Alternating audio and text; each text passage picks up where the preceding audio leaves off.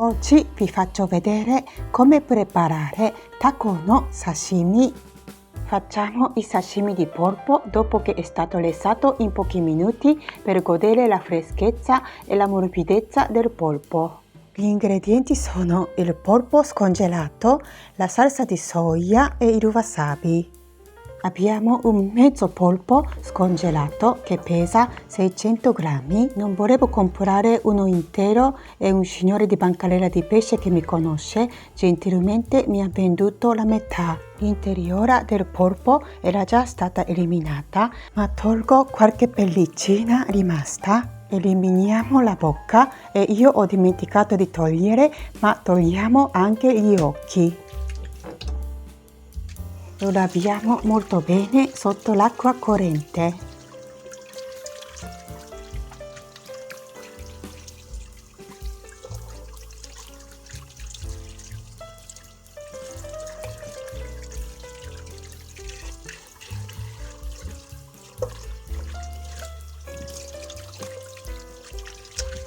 Adesso andiamo a lessarlo nell'acqua bollente, ma prima vorrei farvi notare la parte più grossa del polpo e questa parte lessiamo di più rispetto all'altra parte. Se abbiamo un polpo intero, la parte corpo è anche intero, quindi più grosso. Allora questa parte su questo disegno hanno stesso tempo di cottura.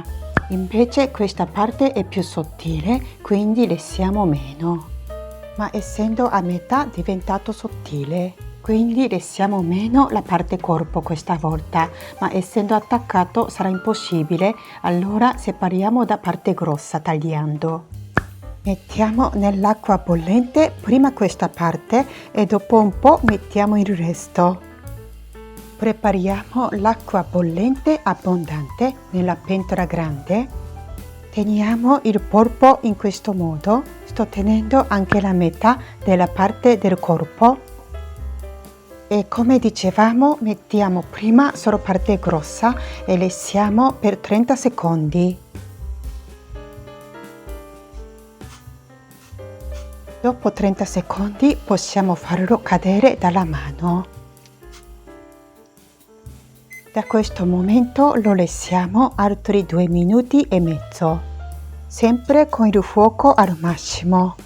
Come vedete la temperatura dell'acqua si è abbassata. Se usavo la pentola più grande e più profonda era ancora meglio. Se il polpo sta uscendo dalla superficie dell'acqua lo spingiamo con i bastoncini o con la spatola. A metà cottura lo giriamo. Cerchiamo sempre che il polpo sia sotto l'acqua calda. Sono passati il totale 3 minuti e lo togliamo dall'acqua calda e lo lasciamo intiepidire e anche durante questo tempo andrà avanti la cottura. Quando si è intiepidito o si è raffreddato il polpo possiamo preparare i sashimi. Anzitutto separiamo i tentacoli.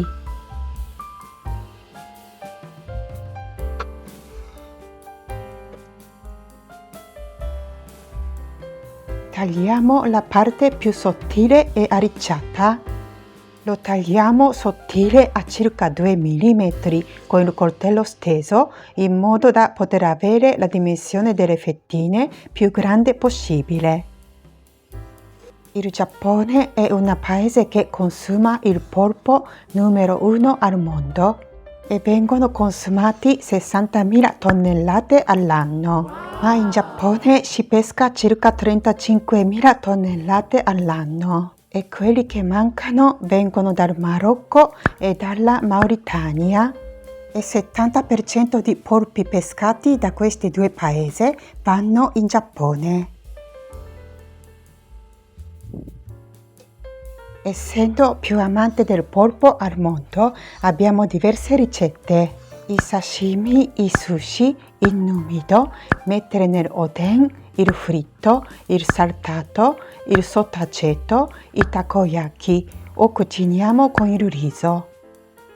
Ho già pubblicato la video ricetta di takoyaki e attacco il link.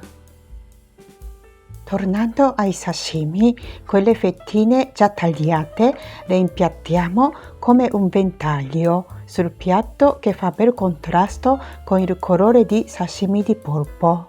La bellezza dell'impiattamento e la bellezza della ceramica sono importanti quanto importante la bontà del cibo. Così siamo già entusiasti per il bel piatto, guardandolo e mangiandolo saremo ancora di più. Mettiamo già un po' di wasabi sul piatto per dare un tocco verde. Taco no sashimi è pronto. Potete vedere che all'interno del polpo è semicrudo. È un piatto semplicissimo e genuino dove si sente la pura bontà del polpo. So che per voi è più comune lessarlo circa per 40 minuti perché per ottenere il polpo tenero non c'è via di mezzo. Dopo circa 3 minuti di cottura comincia a diventare duro e gommoso, quindi per farlo diventare di nuovo morbido bisogna lessarlo tanto.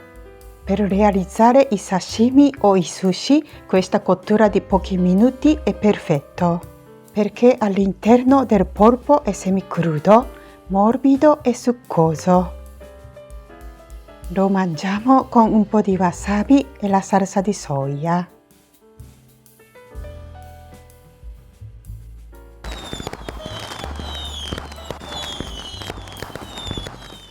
Chi è un amante di polpo e un amante di pesci crudi, provate assolutamente questa ricetta. Farete un'esperienza gastronomica che non avete mai fatto prima.